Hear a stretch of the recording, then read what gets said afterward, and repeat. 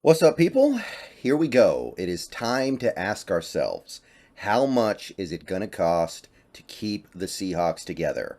We're going to go through a lot of the bigger, more high-priced, or at least moderately priced players in this video series, and we're going to start with the big one, Geno Smith. How much is it going to cost to keep Geno Smith in Seattle? And obviously, I want something understood here. As we're going through these players, I'm looking at the way the players played. I'm looking at their production. I'm looking at their history. I'm looking at all these different factors here that make me feel how much the player's going to need to come back to Seattle. But there is a human element here. I do want to stress that. Sometimes a player is going to value something a little bit more than another player, and that might make them make decisions that are a little bit different than other players. They might not value money as much as another player, but in my experience, players are going to value money. And Geno Smith really should be valuing his money. If you're just looking at it from his perspective, he should be valuing money very heavily. This guy is going to turn 33 years old next year, and he has made relatively little money in the NFL. So I expect him to push it a little bit. Maybe he won't push it all the way. Maybe he won't push it as high as it can go. But he's going to push it a little bit. Maybe he'll take a little bit less than I'm expecting because there are some other factors involved here. But at the end of the day, the way Geno Smith played in 2022, making the Pro Bowl, throwing 30 touchdowns, being efficient, QB rating of 101, making the playoffs, league-leading completion percentage, all these things, I feel like he's worth a lot of money, and he's going to know he's worth a lot of money. So how much are we talking here? Well, Spotrac actually already did a contract breakdown for Geno Smith, and we can hop on over there and see what they prognosticate. 2 years, just under $79 million. So basically just a shade under $40 million a year for 2 years. And we can see why they think this. They compare it to other similar players. Matthew Stafford and Derek Carr. I've done this in a video before. Go look at this season that Derek Carr had before he got this extension. Go look at the season Matthew Stafford had before he got this extension. You will notice a lot of commonalities, maybe not in the exact way those players played, but in the quality of their play. And their extensions were worth just north of $40 million a year. So Geno Smith, if he wants that kind of money, clearly has a leg to stand on.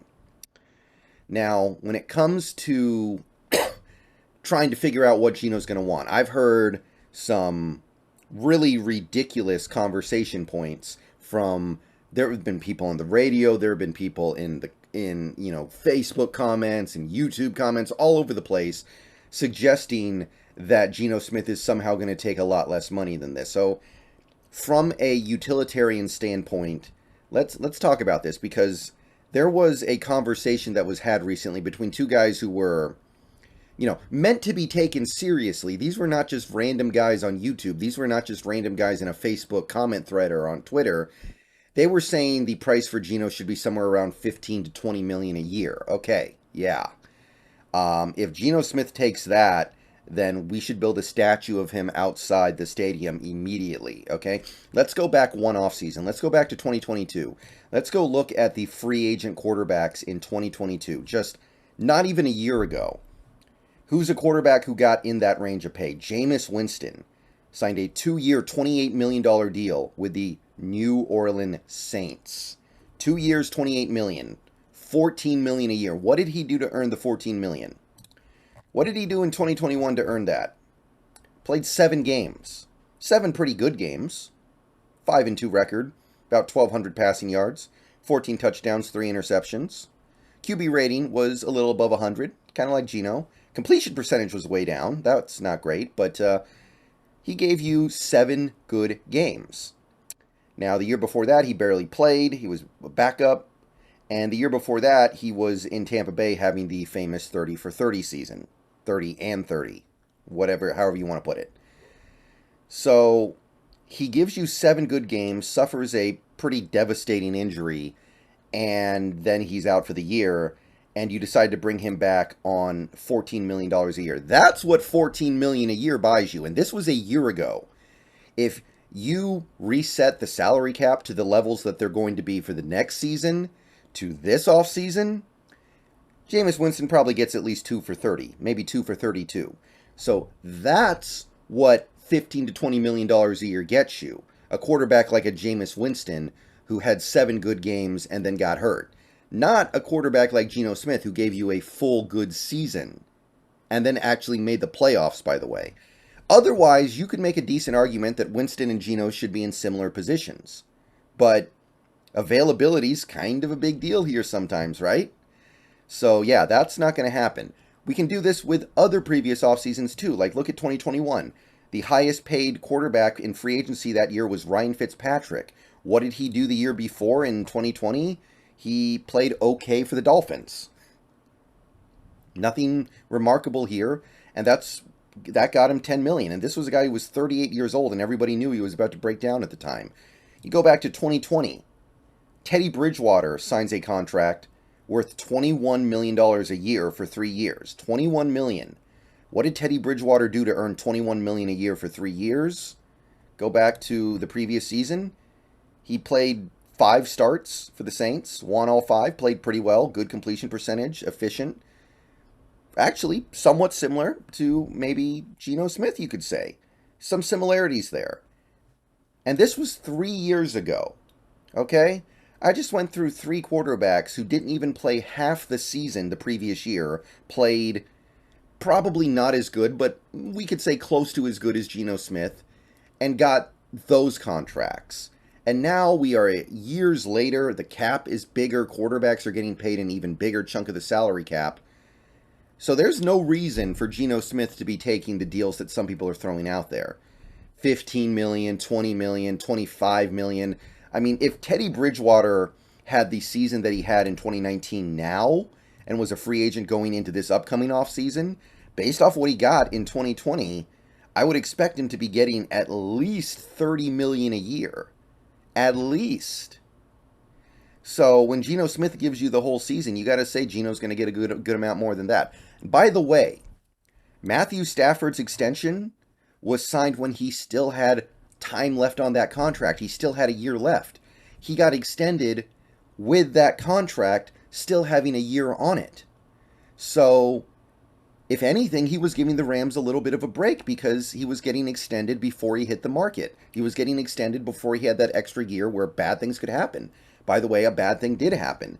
If Stafford doesn't get his extension before 2022 and he has that devastating neck injury or spine injury or whatever they're calling it now, he might be out of the league. Nobody might be willing to give him any money. Derek Carr, also still under contract when he got extended. It was a 3-year extension on top of the year he had left. So he's obligated to give the team a break because he's getting extended before he hits the market. He's getting that security. Now, Geno Smith is not dealing with that. He's going to become a free agent in a couple months. He's under no obligations to give us a break because we're taking care of him early. No, we're not. We're taking care of him right as he's about to become a free agent. Now, all that being said, I think that there are some things with Geno that are fair to bring up. Before this year, he wasn't much of anything. Before this year, he was a backup. He was a journeyman. He failed in New York. He's got 1 good year under his belt. That's different than a guy like Stafford and Carr who have fairly productive careers. So I'm not going to say he's in the same area as those guys. I think that Geno's past will be held against him a little bit. And I think that comparing him straight up to a guy like Derek Carr or Matthew Stafford is a little disingenuous. But I also have to point out here that in Geno Smith's career, we can actually check here, he's made about $17.5 million in earnings. That's not that much. This contract that he signs coming up is probably going to quadruple, if not quintuple, his career earnings by the time it is done. It very easily could. It depends on the length, but he's going to make a huge portion of the money that he's going to make in the NFL with this next contract. That's not the case for a guy like Stafford, who had already made a ton of money. Derek Carr had already made good money. Most of these guys we talked about had already made pretty good money, not Geno. So you put this all together, I don't think he's going to get quite this. I think that there is going to be a little bit of a pushback on numbers like this from any team because at the end of the day, he did have one good year. But I compare it to other previous quarterbacks that hit free agency. A lot of them are guys who didn't even have the good year. They had a good half a year or a third of a year, and they're getting paid, in the 15 to 20 to even the $25 million range. So, Geno Smith, you put all this stuff together, I'm going to say he gets less than Carr and Stafford. I'm going to say he gets somewhere in the vein of 2 years, 70 million. So 35 million per. Maybe 3 years, 105 million. But I think that if you want to bring back Geno Smith, or if any team wants to sign Geno Smith, that's the price. 2 years, 70, 3 years, 105. The guarantees won't have to be huge, I think. I think the guarantees will be a relatively normal level, maybe like half the contract or a little bit more. But I think that's what his play is warranted. Remember, he made the Pro Bowl. He made the playoffs. He had 30 touchdowns. I think he led the NFC in touchdown passes.